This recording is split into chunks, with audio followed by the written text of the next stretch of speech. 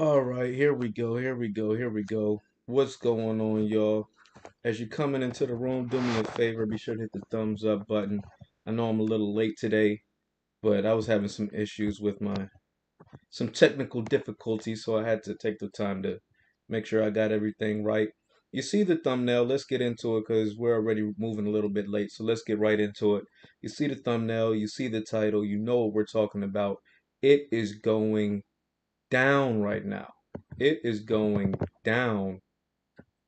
It is going down in Israel right now. It's getting crazy over there. It is getting crazy. It really is. So we got a lot to discuss today. As y'all are coming in the room, be sure to hit the thumbs up button. Man, so this is going to be a very controversial topic.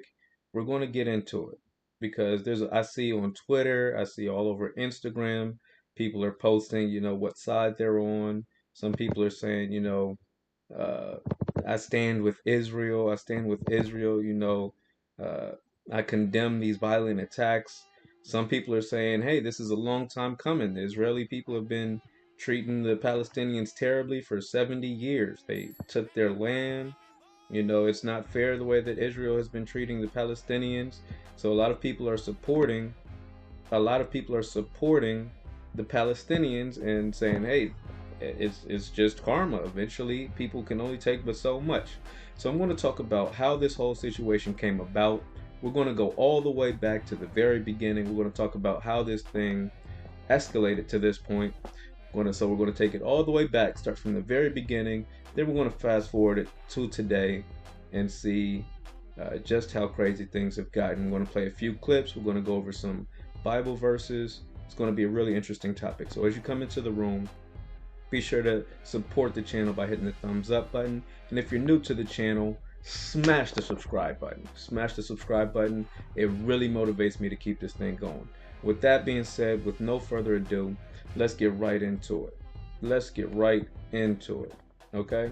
Now we're going back to the beginning. We're going back to the beginning with the Word.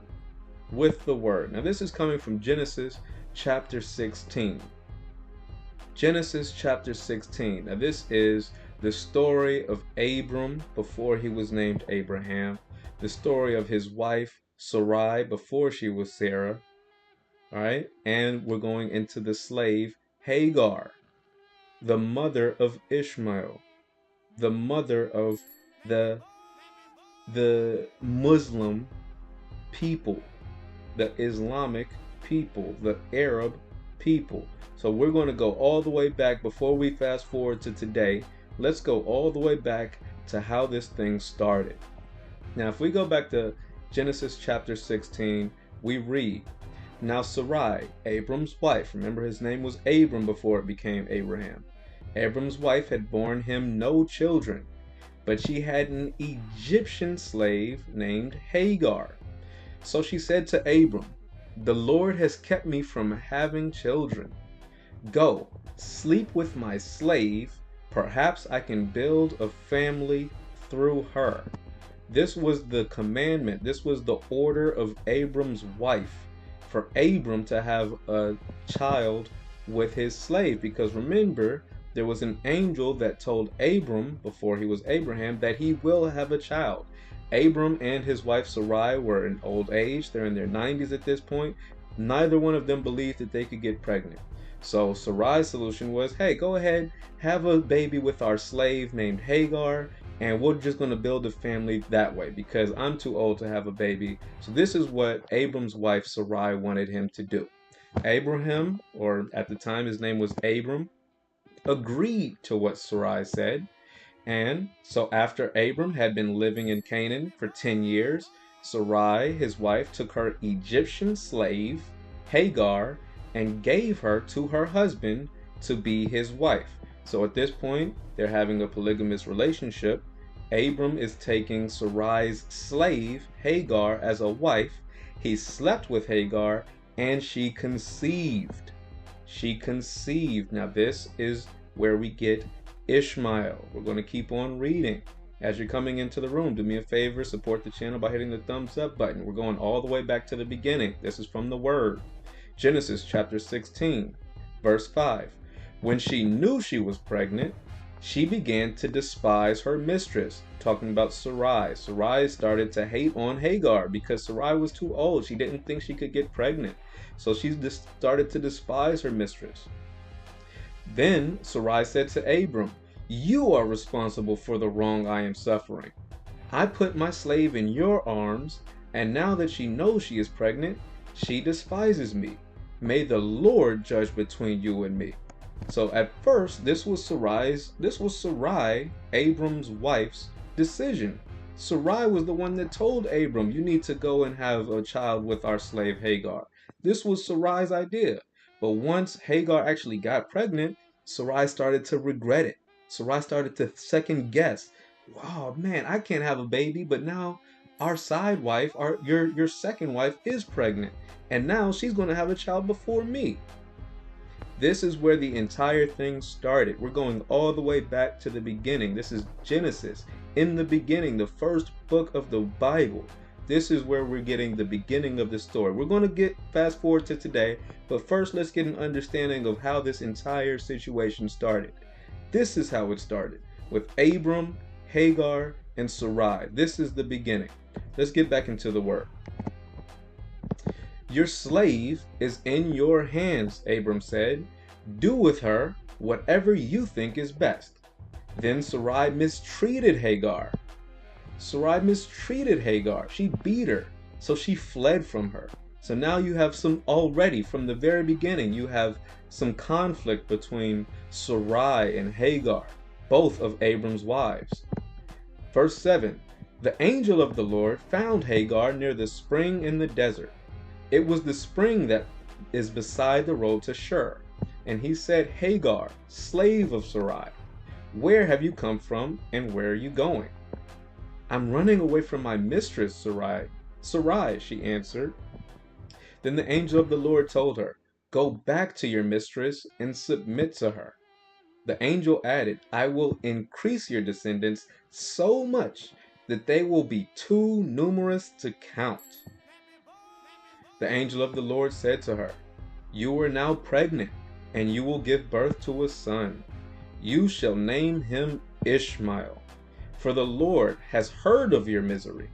He will be a wild donkey of a man.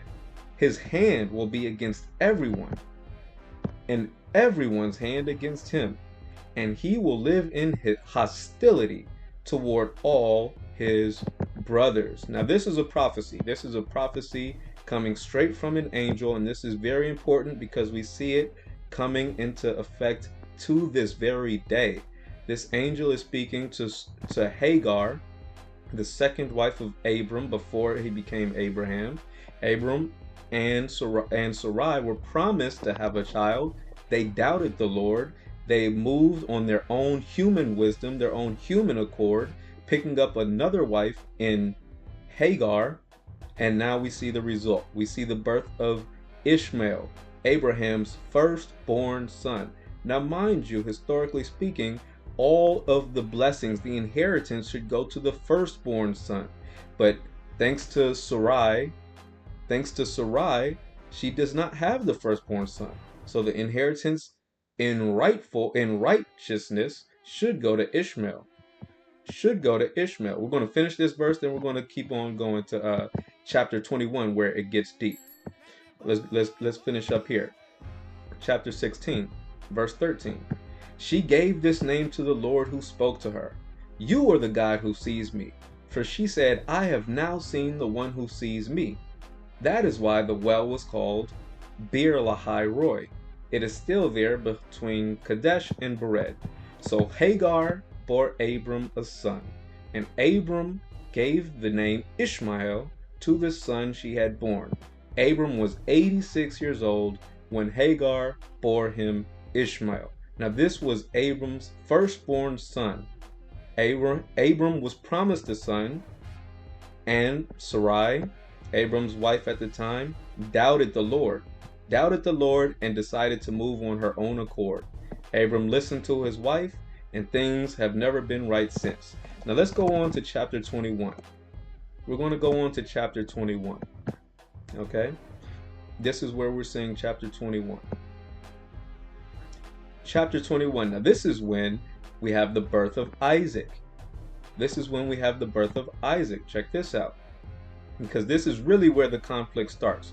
If you look at the conflict between the Jews and the Muslims, the so-called Jews and the Palestinians, right? Israel and Palestine, this is where it all begins. It all begins with the son Isaac and the son Ishmael.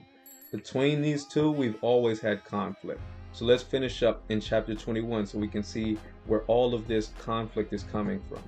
This is Genesis chapter 21, the birth of Isaac. Now the Lord was gracious to Sarah, as he said, and the Lord did for Sarah what he promised. Sarah became pregnant and bore a son to Abraham in his old age, at the very time God had promised him. Abraham gave the name Isaac to the son Sarah bore him. When his son Isaac was 8 days old, Abraham circumcised him as God commanded him. Abraham was 100 years old when his son Isaac was born to him. Sarah, now here we go with Sarah again, the one who told Abraham to have a son with Hagar. This is what Sarah's saying. Sarah said, God has brought me laughter, and everyone who hears about this will laugh with me.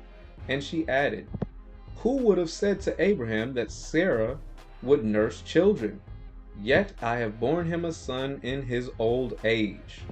Now this is the important part. This is Genesis chapter 21.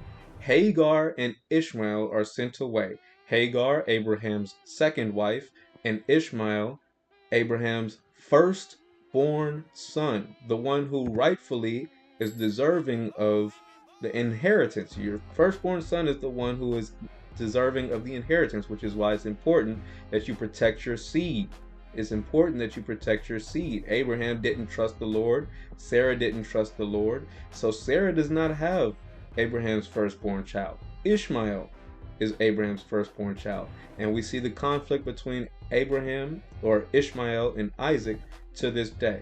Let's read chapter 21 of Genesis. Hagar and Ishmael sent away.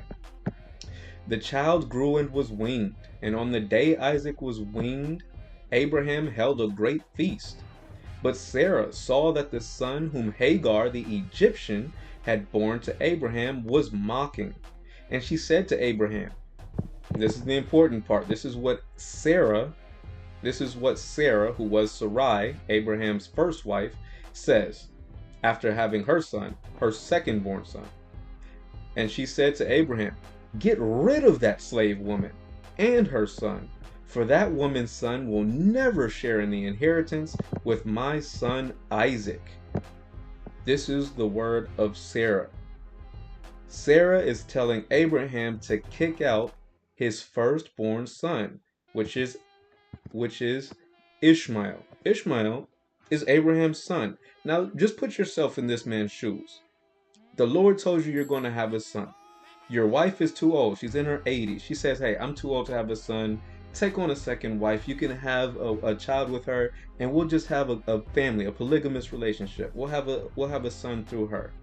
Once Abraham agrees to what his wife is telling him to do, he has a son with Hagar.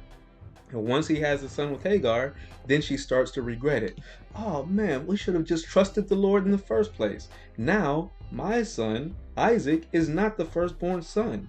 But I want my son, Sarah's thinking, to have the inheritance. So kick out your firstborn son. Any father out here is going to know that's a hard thing to do, to kick out your firstborn son after your wife told you to have him in the first place. Abraham's in a bit of a pickle here. Let's see how he handles it. This is Genesis chapter 21, verse 11. Let's get back into it. This is coming straight from the word. The matter distressed Abraham greatly, because it concerned his son, his firstborn son. But God said to him, do not be so distressed about the boy and your slave woman. Now, the slave woman that they're talking about is Abraham's wife. Abraham took on this lady Hagar, who was a slave, and made her a wife. He gave her a child. She gave him his firstborn child. And still they discuss Hagar as if she's a child. I mean, not a child, but a slave, even worse. But he says, don't be distressed about about the boy and your slave woman. Listen to whatever Sarah tells you, because it is through Isaac that your offspring will be reckoned. I will make the son of the slave into a nation also. So the angel is promising that Abraham will have Ishmael, and Ishmael will be made into a nation. This nation is the Palestinians, the Arabs, because he is your offspring. So they are acknowledging that Ishmael is the offspring of Abraham. He is the firstborn son of Abraham, and he has his own nation. The Palestinians, the Arabs, are coming. They're the descendants of Ishmael. Early the next morning, Abraham took some food and a skin of water and gave them to Hagar. He set them on her shoulders and sent her off into the desert. She went on her way and wandered in the desert of Beersheba.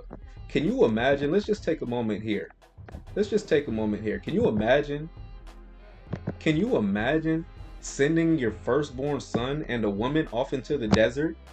Just your son. Oh, this is my son. I'm proud of my firstborn son. And I'm just going to send, here's a cup of water. Good luck. Just go into the desert. Good luck. You'll be all right.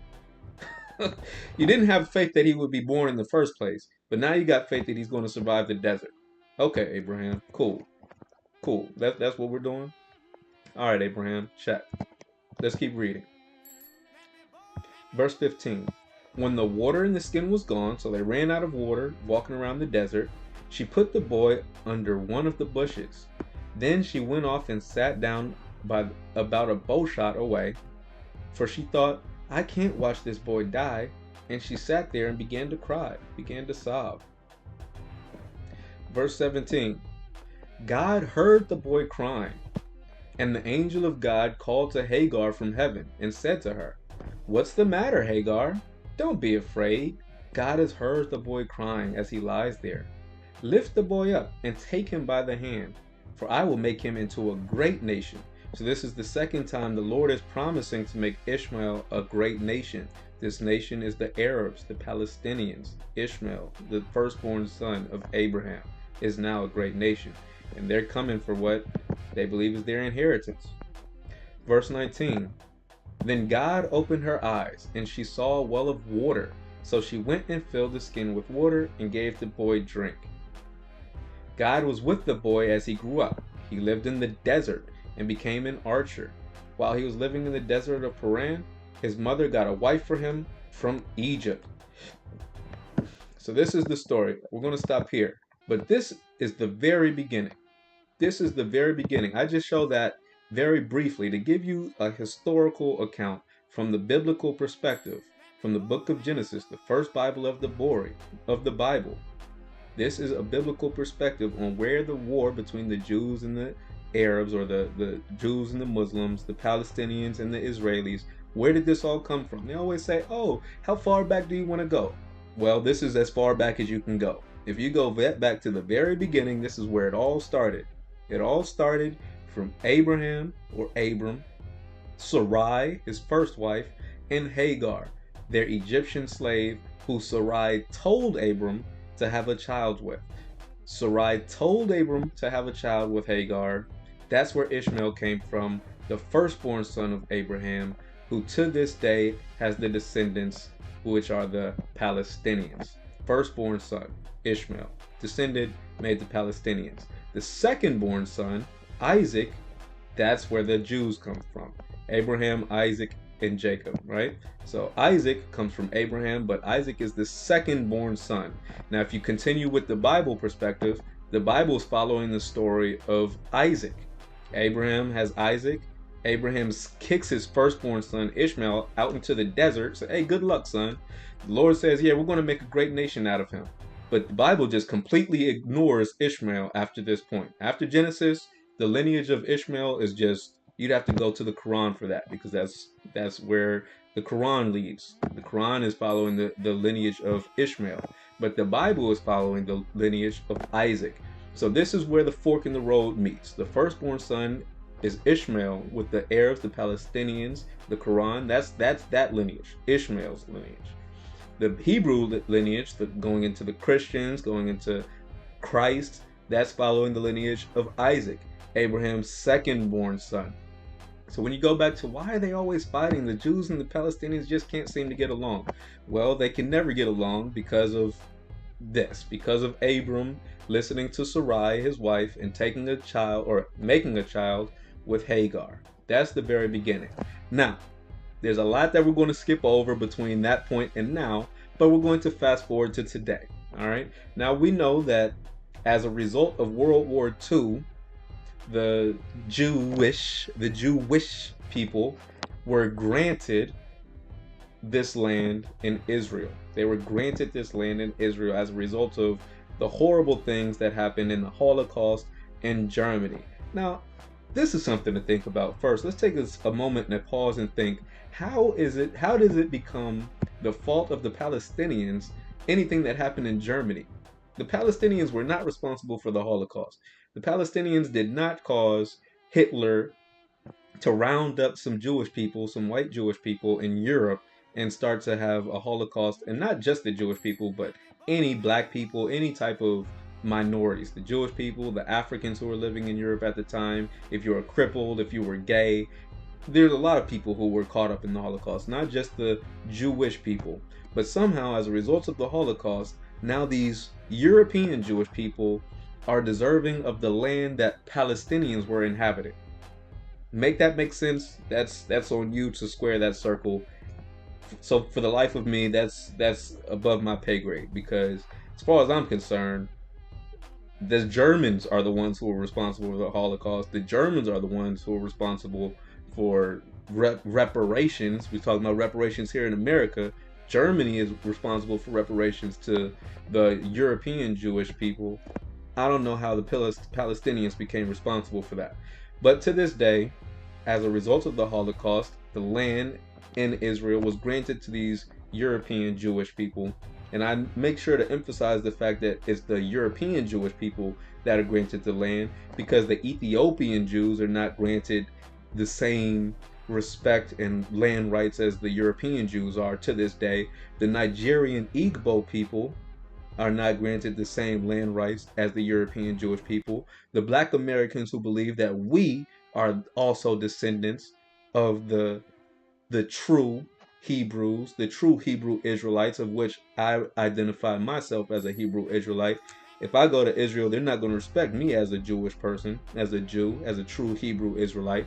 So there's a lot of black Hebrews. I say that to say there's a lot of black Hebrews who claim Israel blood. They've already done genetic studies showing that the Igbo people, of which on my mother's side at least, we've done genetic studies and show that we have that blood in us, who have shown, hey, we are the descendants of the true Hebrew Israelites.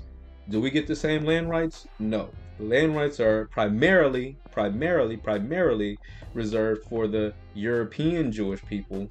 And that's a whole nother story. The way that the Europeans have taken advantage of their plight from the Holocaust, and now the way that they treat the Palestinian people is really not fair. They're not allowing a one-state democracy. So whenever they say, oh, Israel is the number one democracy in the Middle East, it's not. Israel is a theocracy, because if it was a true democracy, the Palestinians would have the same voting rights. If they had the same voting rights, they would be outnumbered. You could have a one-state solution, but those European Jews would be outnumbered. So it's not a democracy, it's a theocracy, which elevates the European Jews. All right, with that being said, let's go and take a look at what's going on in Israel today, because things are going down. We got a lot to talk about, by the way, so be sure to hit the thumbs up button. If you're new to the channel, be sure to subscribe. Smash the subscribe button, because we're going to get into it today. We got a lot of stuff to talk about.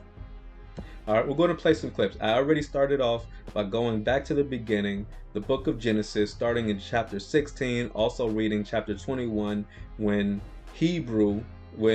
Ishmael was kicked out with his mother Hagar. So we're already starting from the very beginning. We're going back to when Ishmael, Abraham's firstborn son, was kicked out into the desert.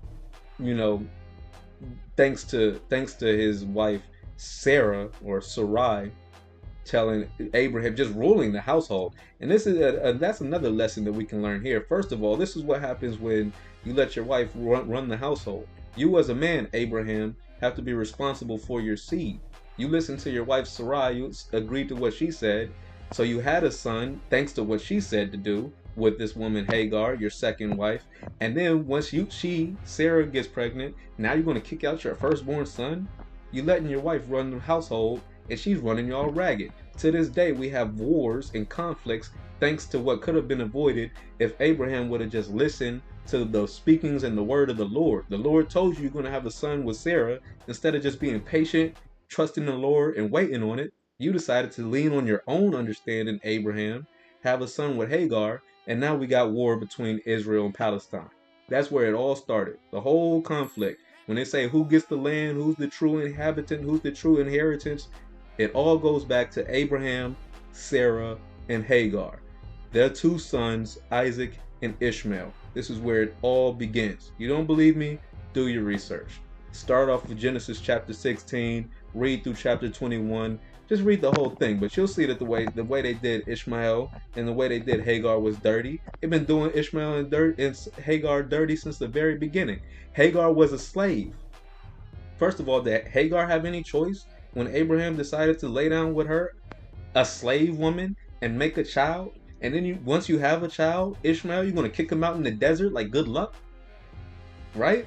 So already since the very beginning, from my perspective, if I'm just being a fair man, if I'm an alien looking down on the situation, from the very beginning, Abraham's been doing the Palestinians via Ishmael and Hagar. They've been doing them dirty since the very beginning.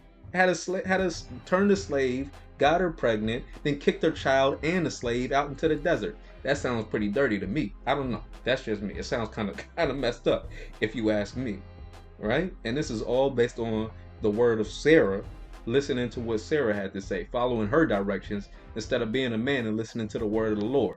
So there's a lot of lessons that we can take from this. First of all, men, protect your seed. Second of all, men, run your household. Don't let your household run you. Third of all, men, listen to the word of the Lord. Listen to the word of the Lord and don't lean on your own understanding. From the very beginning, Genesis chapter 16, we can learn all types of lessons, and that's even before you get into the historical account between the generations of Ishmael and Isaac. All right, now I'm just laying the foundation there. First of all, I want to shout out Trayvon Jones. It says, "Preach, brother." You see me, man. We're gonna get this word today, bro. We're gonna get this word. It's a lot to talk about. I know you see everything that's going on. It's crazy. It's crazy, man. It's crazy. Now, the Palestinians have had enough. The Palestinians, we've laid the foundation as far as the word, the book of Genesis. I think we've laid that down, and I appreciate Trayvon. I appreciate you rocking with me. He's a long-time supporter of the channel. Y'all be sure to follow my boy Trayvon Jones too. He has his own channel, and he be laying down some truth, spitting some facts on his channel too. So y'all be sure to check out Trayvon. Now, before we get to it, before we get too deep, let me play y'all this video. Just a few scenes so y'all can understand what's really going on. So y'all can see what's really going on. I want y'all to see what's really going on in Israel right now, because the Palestinians are there and they've had enough. Check this out. Check this out. Can y'all see that?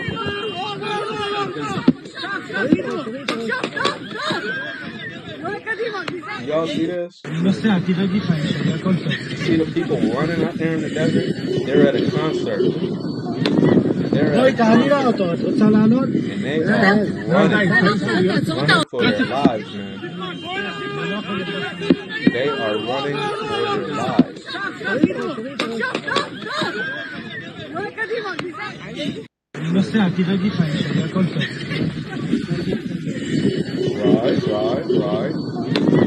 Right. So you see what's going on. You see what's going on here. The Palestinians are invading Israel. They've had enough. And we're going to talk about how this affects America. We got a lot of stuff to talk about. This is going to be a I hope I don't have to go too long, but y'all know how when I get started, I start rapping.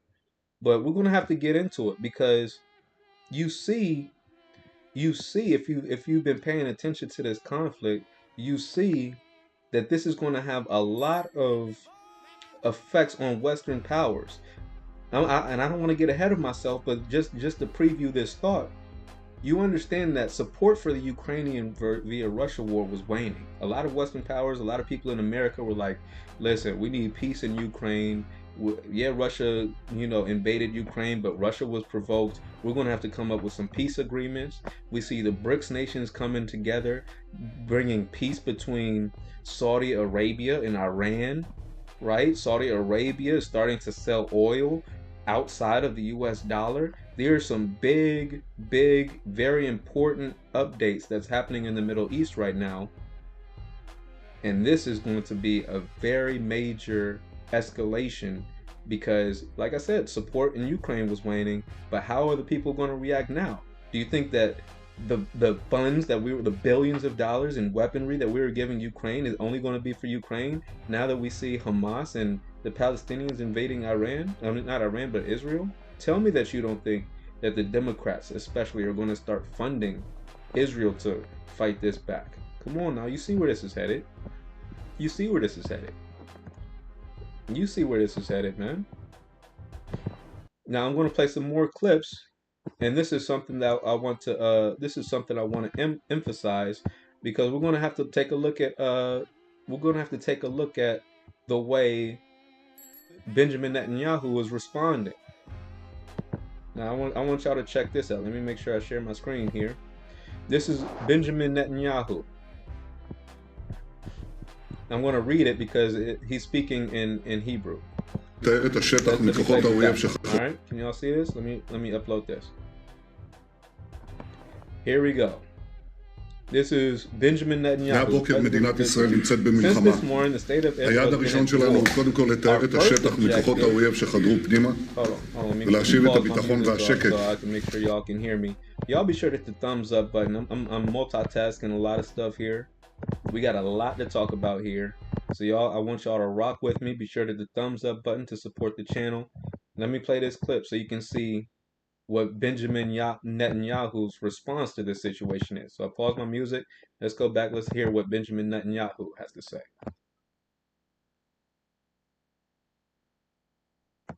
מהבוקר מדינת ישראל נמצאת במלחמה.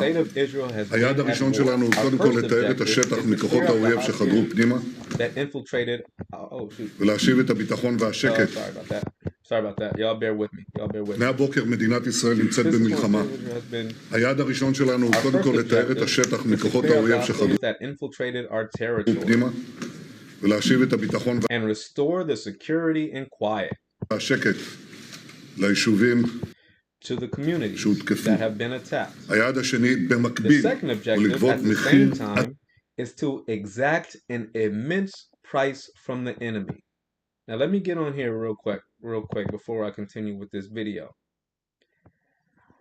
Benjamin Netanyahu is promising to exact an immense price from the enemy.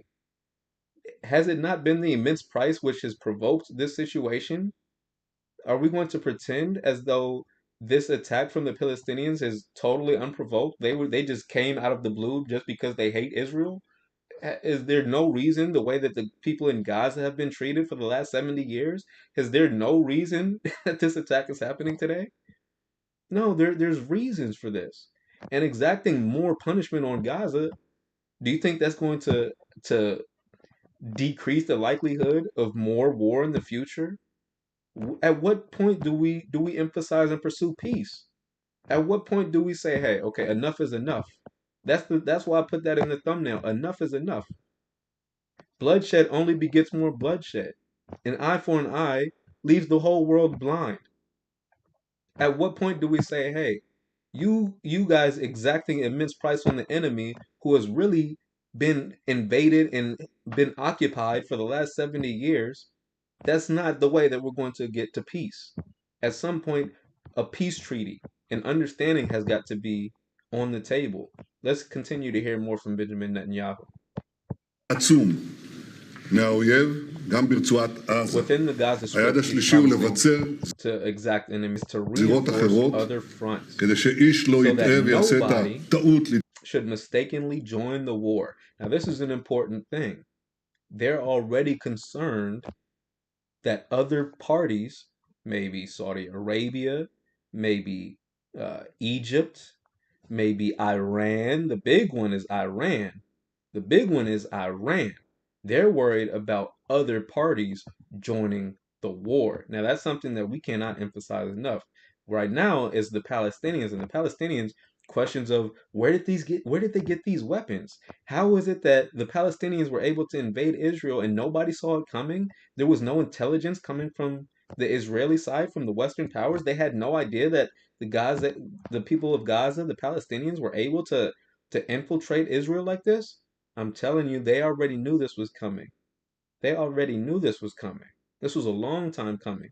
Just like there have been reports that 9/11, there were already reports that there will be an attack on September 11th, and George Bush said, "We'll let it be so that we'll have an excuse to escalate later. We'll have an excuse to go into Iraq and Afghanistan." So we're not making 9/11 happen, but we'll allow it so that we can respond. It's this we want some type of attack so that we can respond according to the way that we wanted to respond anyway. So right now in Israel, it is a very big concern that this attack will not be limited to just the Palestinians. This attack could be uh, joined and reinforced by forces like Iran, which is the biggest fear is that Iran gets involved in support of the Palestinians. That's the biggest concern. But should Iran get involved? Should Saudi Arabia, who, mind you, just signed a peace agreement with Iran? Saudi Arabia and Iran are now uh, peaceful. Peaceful. They now have a peace agreement. They're both on track to join the BRICS nations. So this is a major escalation. This is a major escalation, and it's going to test the alliance of the BRICS nations and the alliance between Saudi Arabia and Iran, and see where will the people of the Middle East come down on this topic. Will they support Palestinians in their attack of Israel? Time will tell. Let's listen to more of what Benjamin Netanyahu has to say. אנחנו במלחמה, במלחמה צריך לשמור על קור רוח. אני קורא לכל אזרחי ישראל להתאחד, כדי לכל אזרחי ישראל להתאחד, כדי להשיג את היעד העליון שלנו, ניצחון במלחמה. Now, just to make it clear, let me read out exactly what was said, because I was pausing it a lot, so let me give you an exact reading of what he had to say. This is coming from Benjamin Netanyahu. Since this morning, the state of Israel has been at war. Our first objective is to clear out the hostile forces that infiltrated our territory and restore the security and quiet to the communities that have been attacked. All right, that's what he says first. That's the first objective, is we got to repel the attackers. The second objective, at the same time, is to exact an immense price from the enemy within the Gaza Strip as well. The third objective is to reinforce other fronts so that nobody should mistakenly join this war. We are at war. In war, one needs to be level-headed. I call on all citizens of Israel to unite in order to achieve our highest goal, victory in the war. Hey guys, this is big. This is really, really big. And this is going to have a lot of impact. This is going to have some major impacts on Western powers. It's going to have an impact onto how we should respond in Ukraine, have a response in how will the West support Israel, have an impact on how will Iran and Saudi Arabia and the BRICS nations respond. Will they support the Palestinians? Will they call for peace? Now we have Putin calling for peace, but in Putin's response, he's even saying we need some type of peace agreement between Israel and between the Palestinians. So it's very interesting. I have some more clips that I want to play for y'all. We're not done, but as you're coming into the room, do me a favor. Be sure to hit the thumbs up button, and if you're new to the channel, be sure to smash the subscribe button. We've got a lot of stuff to talk about here. Now we started off. We played Benjamin Netanyahu. We see what he has to say. And just take a look before you say this was a totally unprovoked attack. Take a look at this. Really take a look and understand where this is coming from. Palestinians' loss of land from 1946 to 2010. Now, at the color in green is Palestinian land. The color in white is Israel. In 1946, when the land of Israel was granted to the European Jewish people, this was the agreement that this is the land allotment that was given.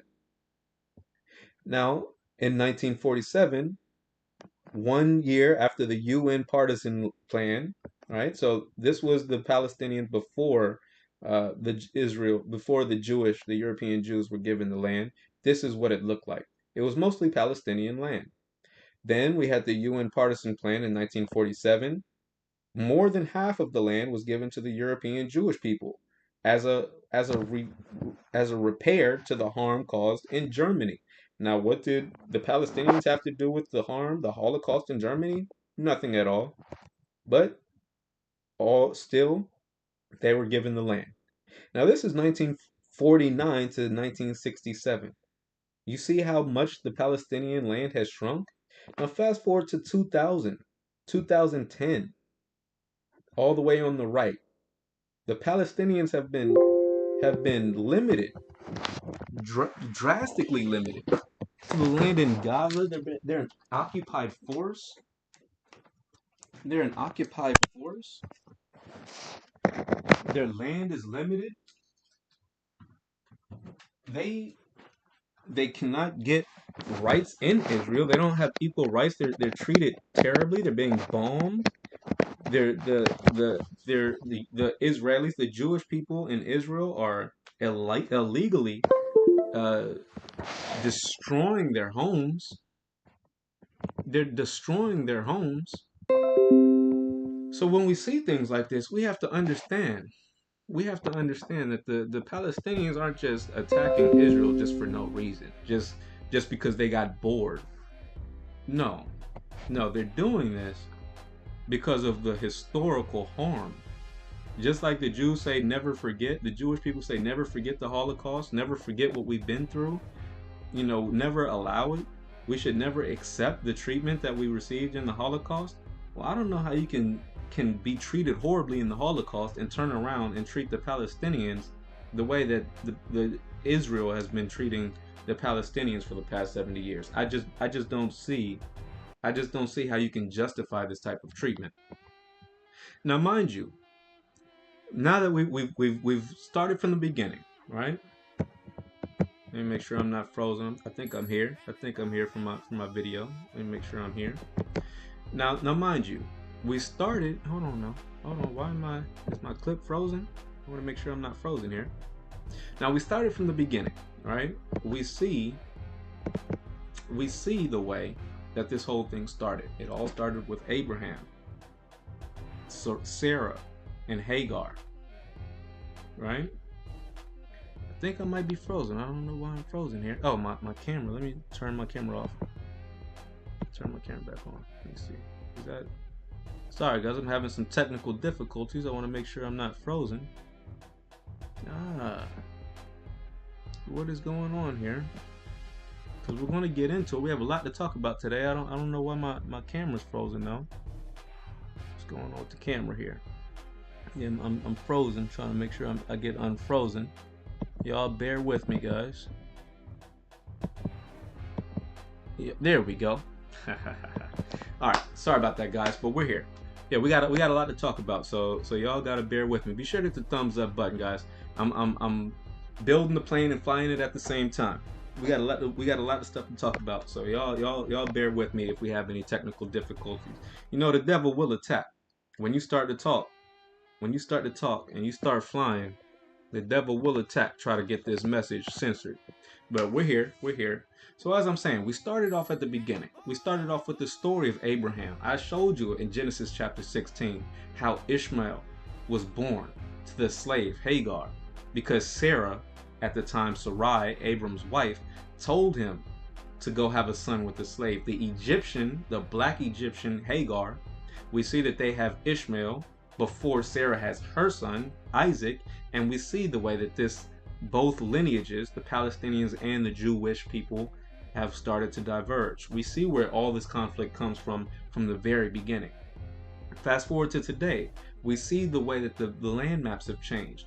Between 1946, before the Jewish people, the European Jewish people, were given the land in Israel, which at the time was Palestine.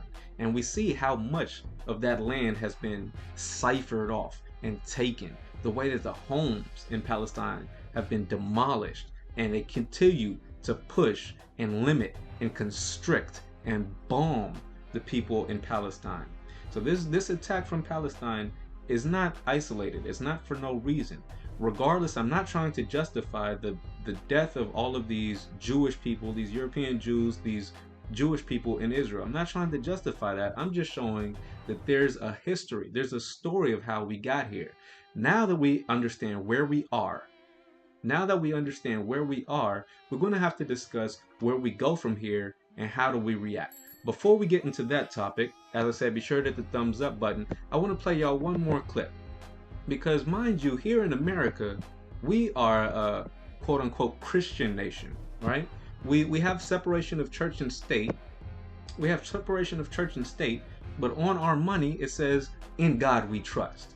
That God is the Most High God, supposedly. Now, we can get into how, America has abused that and bastardized that slang, "In God we trust." But ideally, in the highest hoping of the highest beliefs of America, would be a quote-unquote Christian nation, right? That's why we're so supportive historically. America has been so supportive of Israel, because the Christians are a derivative of Judaism. Christianity, coming through Paul, coming through the New Testament, is a derivative of Judaism. So we are supposed to be a Christian nation. As Christians, we support our heritage of Judaism, the Israels, the Hebrews, right? The Hebrew Israelites. But let's just take a look at how the Christians are treated in Israel today. I want to play y'all a clip so y'all can see just how the Christians are treated in Israel today. Check this out.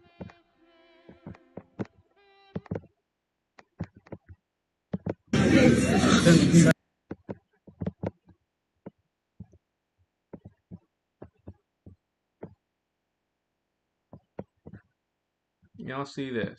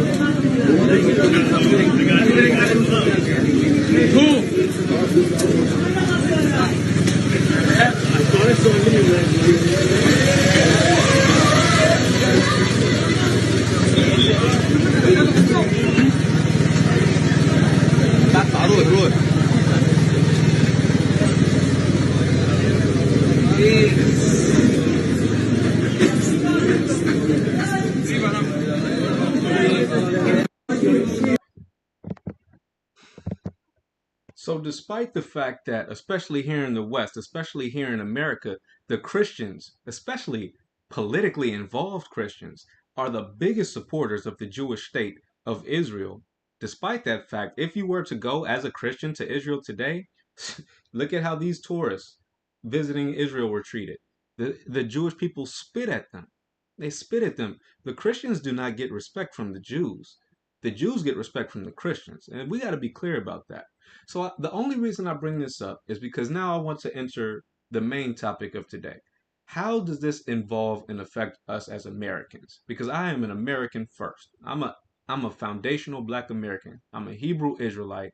I identify as a Hebrew Israelite. I understand the historical lineage and importance of going back to Father Abraham, how this whole thing started. I understand the biblical perspective. I've read the entire Bible, and I'm looking at America first as I am. I'm looking at the situation from my own view. How should this affect us? What responsibility do we as Americans have to support these nations as they're going through their wars and their conflicts. Now, if you noticed, whenever I was reporting on, I want to get close for this. Whenever I reported on the conflict between Russia and Ukraine, I said, listen, it's a terrible situation going on in Ukraine. We as Americans need to be pushing peace. We need to stop pushing, we just support Ukraine and send billions of dollars and send them whatever funds and whatever weapons they need. No, no, we need to start demanding that our politicians push for peace first. We don't need to be pushing for, oh, just send them more weapons, send them more money, send them more aid so that they can bomb and destroy the Ukrainians. No, I'm saying we need to come to the diplomacy.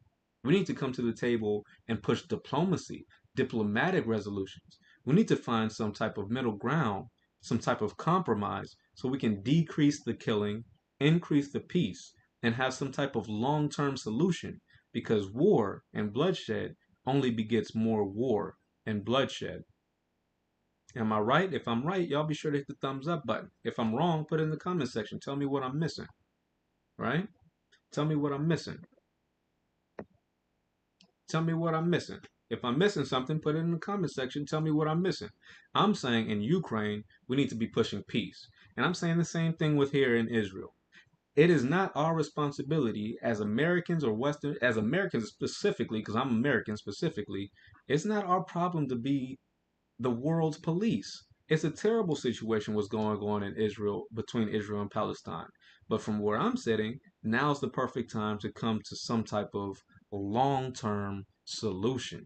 And if we don't do it now, Netanyahu, Benjamin Netanyahu's biggest fear, which is Iran getting involved on behalf of the Palestinians, now is that's the biggest threat ever. Now that Iran and Saudi Arabia have a peace accord, Iran and Saudi Arabia are teaming up with Russia and China and India and South Africa. Iran and Saudi Arabia are joining the BRICS nations.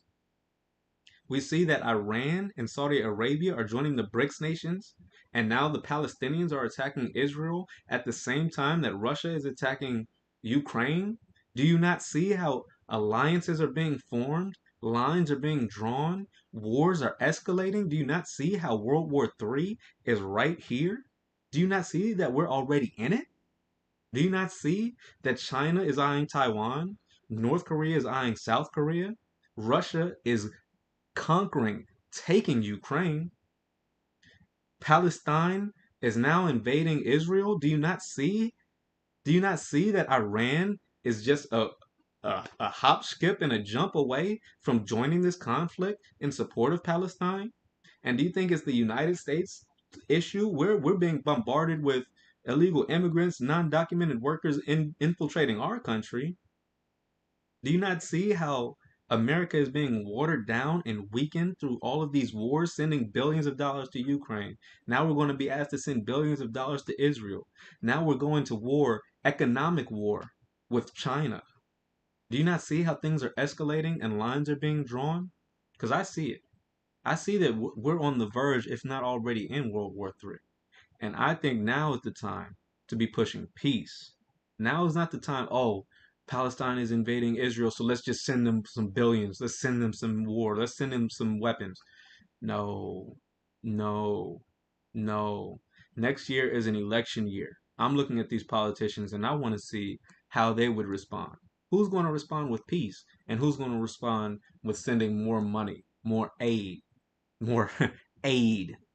Mind you, there's a lot of people already saying that there's a large possibility that many of these weapon systems that Palestine is currently using in Israel came from Ukraine. It was already reported that a lot of those weapon systems that we were sending to Ukraine are being sold on the black market. These black market is getting filtrated back down to Palestine to make this thing even possible. There's questions of where did the Palestinians get the weapons to invade Israel? How did Israel not get word that this invasion was coming? There's a lot of questions that's going to have to get answered and addressed here. Now let me take a moment to check out my comment section. Shout out Trayvon. Shout out, oh yeah, my boy Isaiah Tilson. What's going on, Isaiah? My boy, hey yo, Isaiah, we're gonna have to do something soon. Shout out my boy Isaiah. Shout out my boy Trayvon. Both of these guys are real good folks, man. Both of these guys have been supporting my channel for a long time. Y'all both of y'all motivate me to keep this thing going for real. For real, for real. Trey, you already know, bro. Watching you come up, I'm like, yo, I want to be like you when I grow up, Trey. So yeah, not to get off topic, but let me check out my comment section. Trayvon Jones, you're absolutely right, but it won't happen because it's already prophesied. Facts. Facts. Yeah, it's all prophesied, bro. The Most High is coming through those clouds, and we don't have another 100 years to go. At this rate, we don't have another 100 years to go. Now, the only thing that gives me hope, Trayvon, and I'm sure you've read it, but go back to your book of Revelations and remember that Daniel, I believe it was no John of Patmos, when he was writing the book of Revelations, he says there's something in the word that Christ told him, this do not say. This do not say, tell no man, for it is for no man to know. Let me see if I can show you.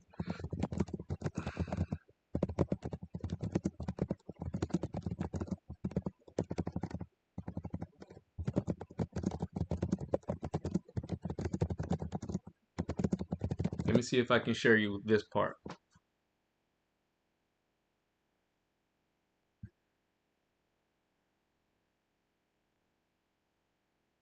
I want to take a moment.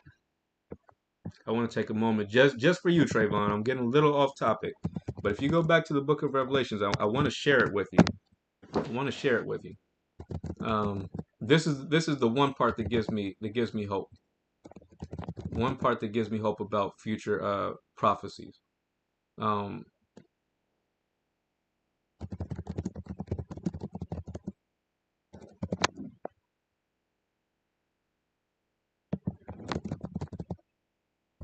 I might have to make a whole new.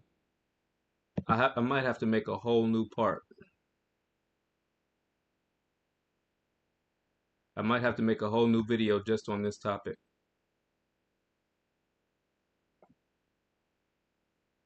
Yeah, I'm gonna have to go back. I'm gonna have to go back, Trey. I do want to show you this part, but there is a part of the book of Revelations where it says, "Don't tell anyone.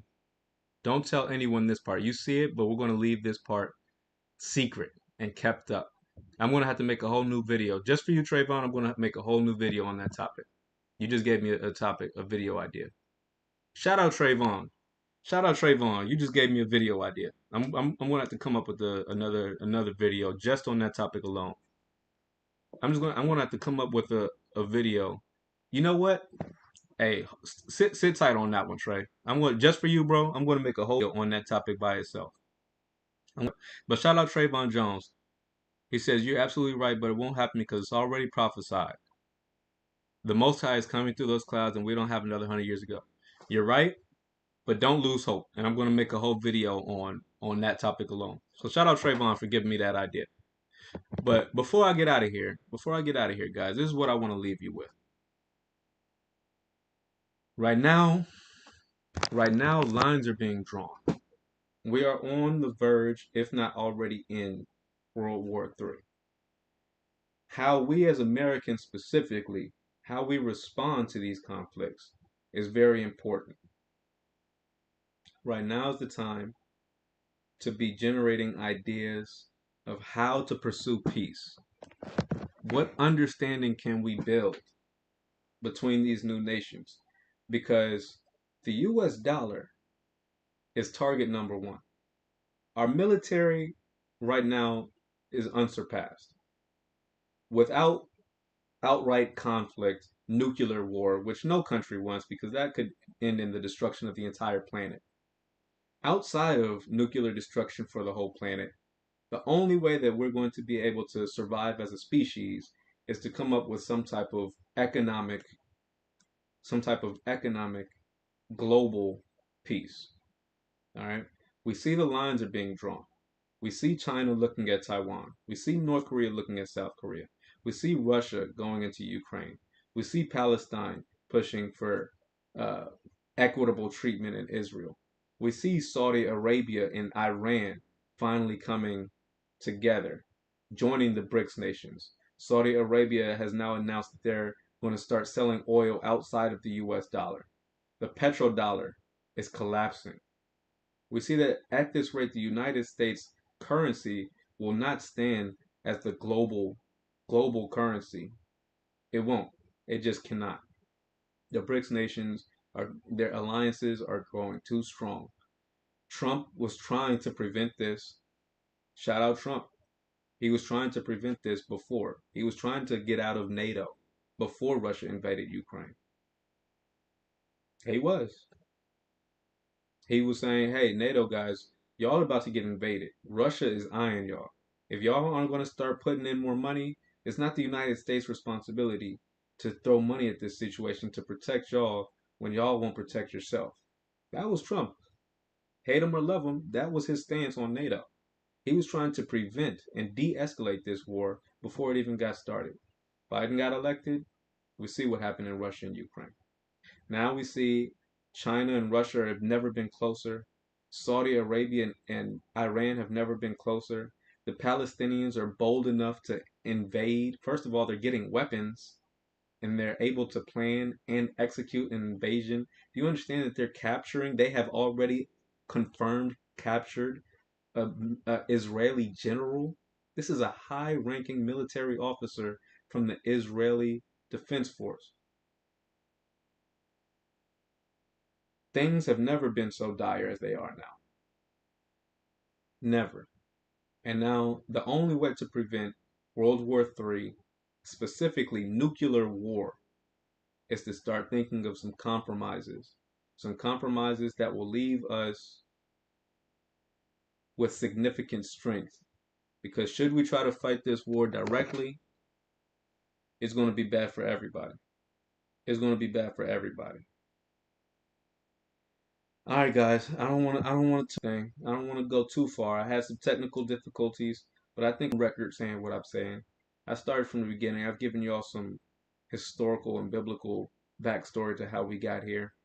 Not only that, I've given you my now and the importance of where we go from here. I read out my comments. Make sure I don't have any more comments here. Fact, shout out and salute my boy Trayvon. Yo, you just gave me a video idea. I'm going to come up with that video. I'm thinking tomorrow. What's tomorrow? Monday? Tomorrow's Sunday. What's today? Today is Sunday. So tomorrow, maybe Monday, but definitely by Tuesday, I'm going to come out with that video in direct response to you, Trey. So shout out Trayvon Jones. Shout out my boy Isaiah Tilson. Y'all be sure to check out both of their channels. And anyone who's made it this far in the video, if you've made it this far in the video, do me a personal favor. Hit the thumbs up button to support the channel, support us in the algorithms. And if you're new, smash the subscribe button. Smash the subscribe button. I drop videos just like this every single day. I might be giving you some biblical perspective. I might be giving you some current events, some news updates. Be sure to hit the subscribe button. Come on back because we have some interesting conversations over here. Everyone in my comment sections, everyone who likes the thumbs up the video, everyone who subscribes, y'all really motivate me to keep this thing going. So a big salute and shout out to you all. With that being said, peace.